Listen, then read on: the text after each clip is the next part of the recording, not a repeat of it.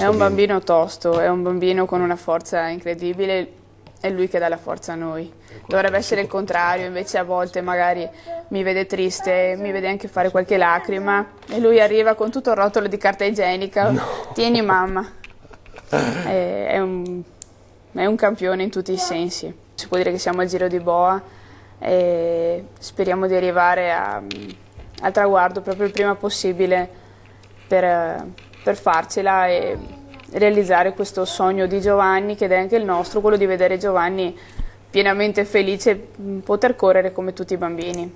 È un'operazione non comune, no, ovviamente. Non è comune assolutamente, perché la fanno solo in Florida, la fa solo questo dottor Paley, che ha una clinica a West Palm Beach, e questo dottore lo sto seguendo i suoi interventi da quando aspettavo Giovanni, perché che sapevi? Sapevo in 12 settimane che aveva un problema alla gamba, non ancora quantificato, però si sapeva, per cui ho cominciato a documentarmi su tutte le possibili malformazioni che avrebbe potuto avere alla gamba,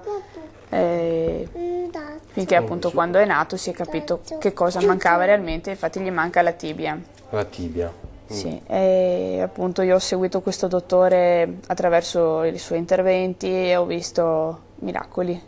Perché io ho visto un bambino in particolare che si chiama Bartek, e è stato questo bambino a darmi la forza di portare avanti la gravidanza, la forza di credere che mio figlio un giorno avrà quello che ha questo bambino, e questo bambino è meno fortunato di Giovanni perché questo problema ce l'ha su entrambe le gambe. Ah, certo. E fresca di una settimana fa ha postato un video su Facebook dove lui cammina con la sua sorellina, piega entrambe le gambe, e praticamente si può dire, per il mio punto di vista, è perfetto. Bisogna proprio dire che si è mosso il mondo intero, in poche parole, perché è tanta solidarietà e tante persone che sinceramente non si pensava nemmeno che ci dessero una mano così, però alla fine si è visto il risultato e ancora speriamo che ci aiutino ancora.